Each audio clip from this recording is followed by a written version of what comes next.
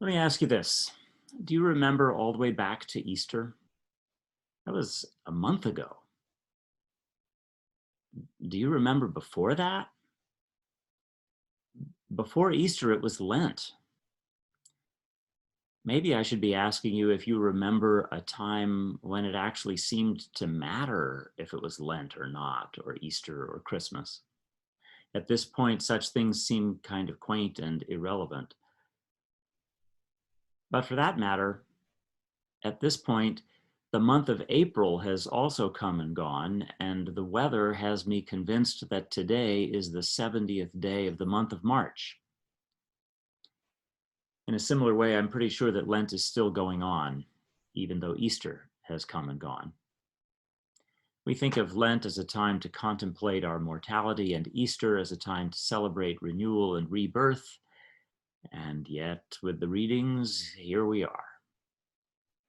The psalmist prays for protection from death. The gospel reading is the one reading most frequently used at funerals. And the middle reading, what can I say? I chose that. In every great religion, acknowledging and contemplating the certainty of one's own death has been practiced and experienced as a moment of spiritual liberation.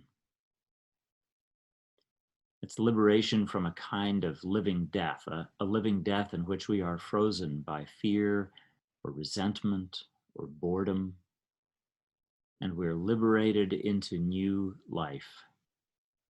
The newness of life comes in countless forms. Most of them are forms we could never have seen coming. But there is a common thread that runs through them. Newness of life tends to be characterized by an appreciation of what is real with a hope for what might be coming into being. And the two of those things combined together, an appreciation for what is real combined with a hope for what might be coming into being. This is subtle. When we are determined to make things better, it's often because we are condemning things the way they are, because we are in judgment of the way things are. Things are terrible, we say. We must make them better. And indeed, there are a lot of things that are terrible. I started out this service by naming some of them. Justice and compassion and self-interest as well demand that we do better. But that condemnation, that judgment, can be soul-crushing for us when we make that judgment. It can be not only a condemnation of that bad thing out there, but the weight of that judgment that we feel and know within ourselves is crushing to us. What frees us from the weight of that judgment is, ironically, an appreciation for the terrible thing, even though it's terrible. Recognizing our own mortality mysteriously seems to unlock that appreciation. It's not just appreciation that there are also good things in addition to the bad thing. That's there too. But somehow recognizing our own mortality unlocks an appreciation even for the terrible things while still judging them to be terrible.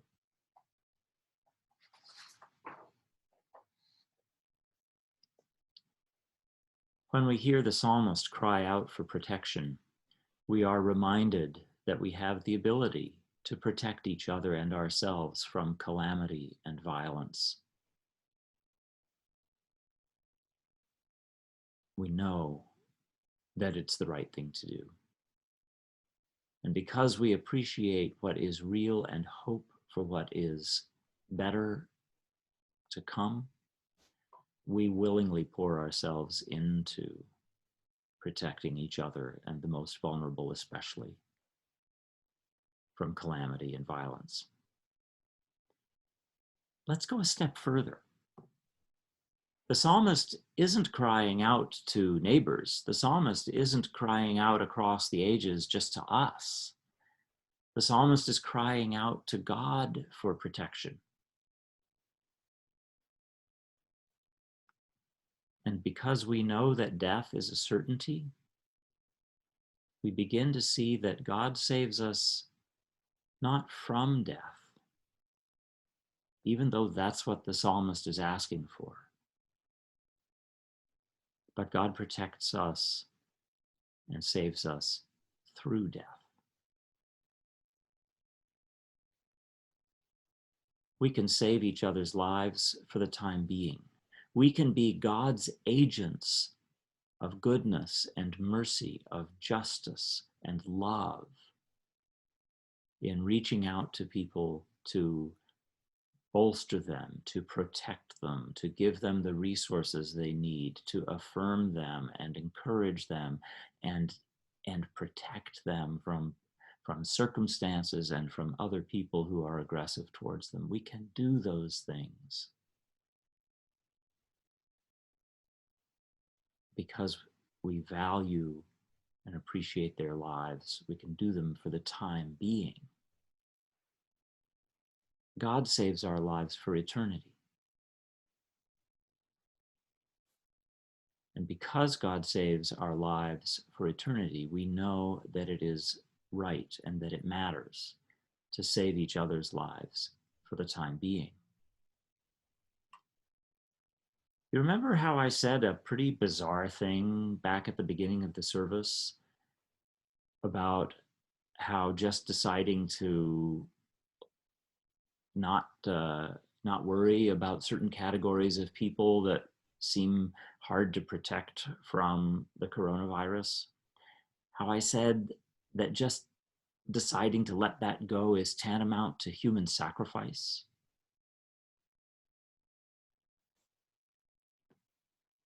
Knowing that we can save each other's lives for the time being and that God saves our lives for eternity is how we know that we are not required by God to make human sacrifices.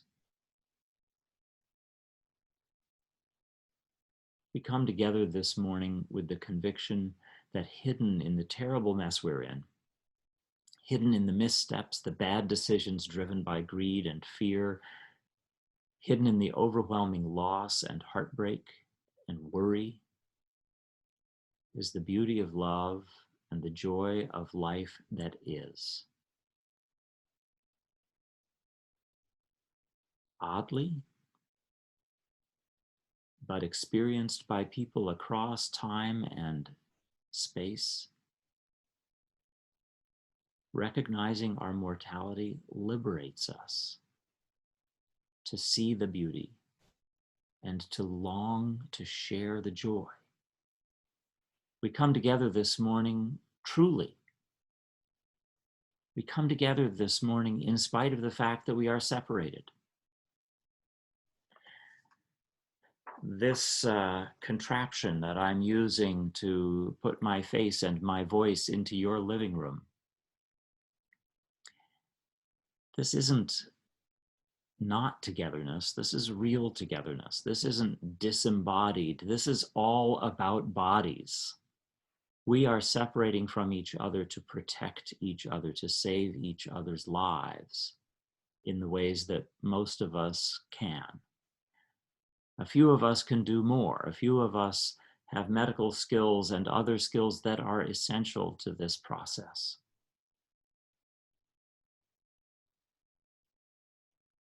And we all come together to do that together by whatever means we have available to us. For most of us, it's sitting tight. And yet, look, here we are together. This internet that is the personal protective equipment for most of us who are not in medical clinics. This is the thing that allows us to be together, to affirm each other, to encourage each other, to express to each other that we appreciate the reality of each other, no matter what. We come together to share our love for this life because we have received it from God who protects us into eternal life. Amen.